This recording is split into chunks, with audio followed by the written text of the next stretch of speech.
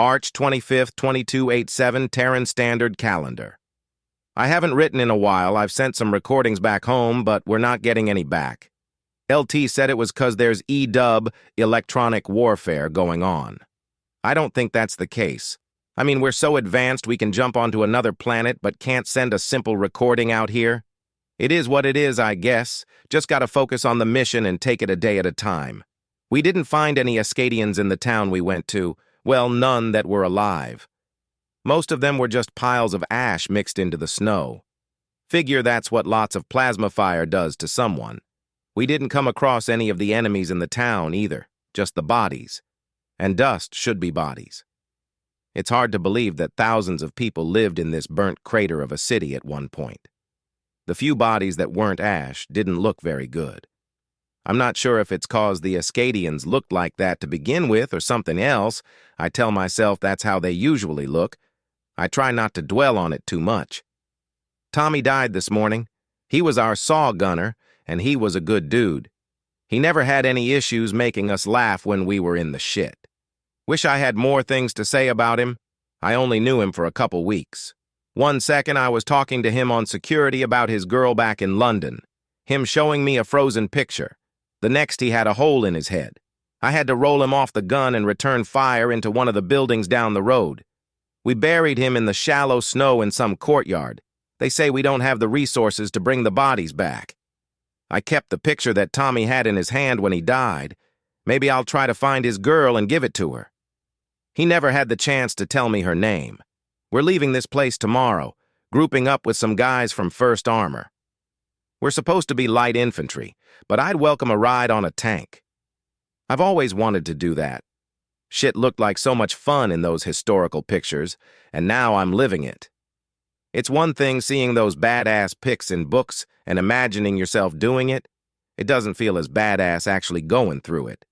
Just feels normal. Terran armor units were rare on Escido. The thick snow that permanently covered the planet made it near impossible for tracked vehicles to traverse the hilly terrain. Escido saw the first introduction of armored hovercraft. Terrain. Joint Forces Doctrine TP-113, updated after Escido conflict. March 29, 2287. Terran Standard Calendar Urban Ops was the most fun thing we did in training. It was different here. We lost almost half the platoon today. Well, we were already at half strength to begin with after the drop.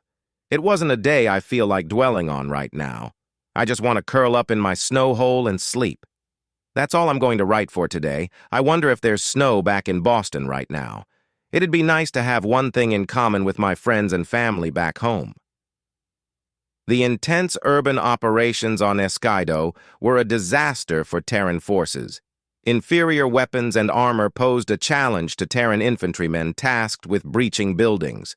The point man in the breach was usually the lowest-ranking soldier on the team. Excerpt from CQC on an Alien World by Lance Corporal Andrew Flores. General Karn placed the book down on his desk before letting out a long sigh, deciding that the last entry for March was a good place to stop for a break. If he was hoping to get through the next 2 chapters this evening, he might need something a little stronger than this tea. He reached down and pressed a small button on the side of his desk, and one of his assistants made their way into the room. "How may I assist you, sir?" "Vanix, clear my meeting with Auraxium General Tanix tomorrow. I think I'm going to make a day trip." "Of course, sir, right away." "And would you please bring me that new human beverage that everyone is fawning over? The ethanol one?" he asked, unable to remember the direct human word for it. "Yes, sir. Any flavor that you have in mind?" "Do they have a flavor from this human settlement called Boston?" "I'll track it down, sir. See you shortly." The general turned back in his chair, looking to his left, his eyes fixated on the display case that housed his own Galactic Honor Medal. He thought about his time spent earning the award. He had made difficult decisions, had to sacrifice people he cared about for the betterment of others. Many people he cared about. But it had all seemed so impersonal, just orders and commands from a terminal or through a comms channel. He had never been required to go through the experience of being on the ground when it was all going down, never had to witness it firsthand. Of the many books and articles that filled his digital library, they all described war from a statistical standpoint, measuring numbers against numbers, as if it were something that could be broken down into a cost-benefit analysis. He never had the need to read a first-hand account at his position. He regretted that it had taken him this long. March 30th, 2287. Terran Standard Calendar. I think writing about yesterday will make me feel better.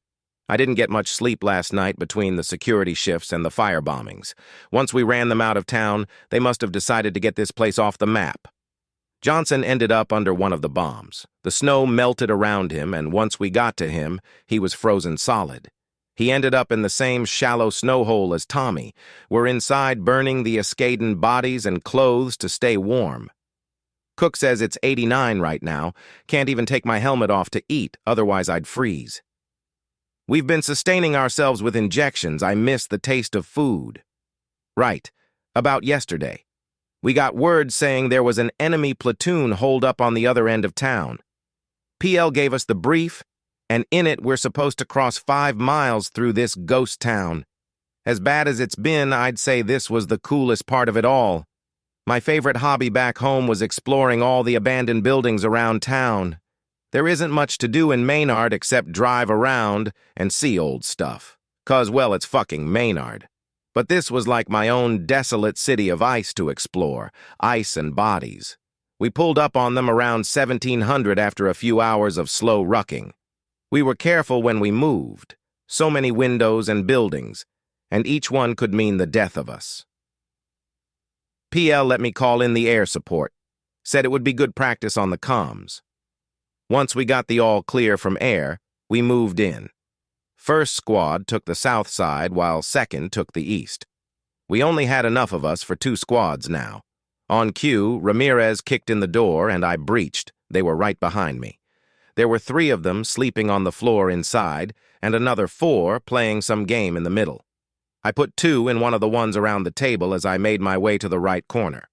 The first one I shot screamed and writhed on the floor while we all cleared the room. The rest of the team made quick work of the others. It felt good having my urban ops training pay off. Seemed easy so far. SGT Miller put a few into the ones that were still making some weird noises, somehow still alive. They bled just like us. I'm not sure what I was expecting. I mean, it makes sense. Maybe it would have felt cooler if it was purple like a video game. Would have been easier for me if they were more alien, less like us. It still felt like I was killing another human being, but I don't think we had a problem seeing them as something else. That first one I shot finally bled out when we finished our lace reports. It was clutching some picture when it died, just like Tommy. We moved to the next building. There were a few in the street still screaming, screeching. Not sure how to describe the sound, from the chemical bombs before. I shot one as I walked over it. Seeing its scaled skin melting off looked like a bad way to go. Maybe that's what he was asking for. I hope that's what he was asking for. Only PL had a translator. I was point man again. They said I would keep doing it until I couldn't anymore. I know we don't have the means to bring back the bodies. I wonder if I'd be considered a body if I was only wounded. Kicked in the next door and did it again. It wasn't as clean the second time. Before I even got through the doorway, one of them pulled me to the ground. He saved my life in a way because the next 2 guys who entered the room got dropped. Last man, SGT Grom, had the saw and laid into the room. I was on the ground with one of these monsters on top of me, a serrated blade coming down at my face. We rolled on the ground while the machine gun fire grazed over top of us. I started to pull my own blade out with my one free arm. I should count myself lucky that its teeth were stuck behind its suit. Guess they needed to stay warm, too. I finally got my knife out and stabbed it in the stomach. The cold air made its blood solidify around my blade after the first stab, and I couldn't pull it out. I rolled again, getting on top of him, and brought my helmet down onto its face. I did it again and again until SGT Grom pulled me off of him. I couldn't see anything anymore, the blood covering my goggles. Once I was calmed down, we scraped the icy red liquid off with a knife. I looked down at the body and there was a crater where its face should have been. Still haven't seen who I'm fighting. We couldn't do anything to help Ramirez or McCrae on the ground. Ramirez was still alive when we moved to the next building, shivering and gasping for air. SGT said there's nothing we can do to help. It's too cold. I would have felt better if we at least tried. Graham put down more covering fire as the last few guys of our squad moved to the final building. PL and the rest of the platoon seemed to be in their own fight on the other side of it. We consolidated into one team. I kicked in the door and did it again. They were ready for us this time. They didn't have much cover in the room, and I shot one in the face as I entered. I was nearly knocked back from something hitting my front plates, but was pushed forward by the rest of the team. Just following my training, I went to my corner like I'd been taught, peering over at what might be the next threat. I focused my rifle on the door to the next room. About that time, it opened up and something was thrown through. I didn't have to guess what it was as I hit the ground. Thankfully, one of the bodies was there to block the blast. I stood up as 3 of them came through the door. I saw all 3 of them fall to my shots. Once we were sure the building was clear, we met up with what was left of the platoon. We lost 8 in total. Didn't have time to search the bodies or help anyone that was still alive. PL said we needed to move because there's enemy air coming in. We booked it out of there the way we came. I wonder if Ramirez was still alive when we left. We got back to the PB late that night. Supply crate had been dropped nearby, being the last private that was still alive. I was one of the ones sent to grab it. You'd think that being able to traverse the stars and fight against aliens, we'd get the badass gear you see in all of those sci-fi stories. Guess a century without war really stagnates military advancement. What we have is way better than what it was 100 years ago, sure, but where's the energy shields and laser rifles? Maybe they have that stuff reserved for the high-speed special forces guys out here. We're staying in position for today, waiting on orders from higher, so I had the time to write this out. I didn't want to think about it, but it's best that someone records these kinds of things. Otherwise, nobody will ever know what we did out here. This way, nobody forgets the people we lost or the shit we did. On Escido, it was virtually impossible to render aid to fallen comrades. Once the environmental suit was breached and the cold air made its way in, the body shut down in minutes. The only historical conflict in Terran history that could even be comparable to Escido was the Korean War, which reached temperatures of 54 degrees Fahrenheit, 48 C.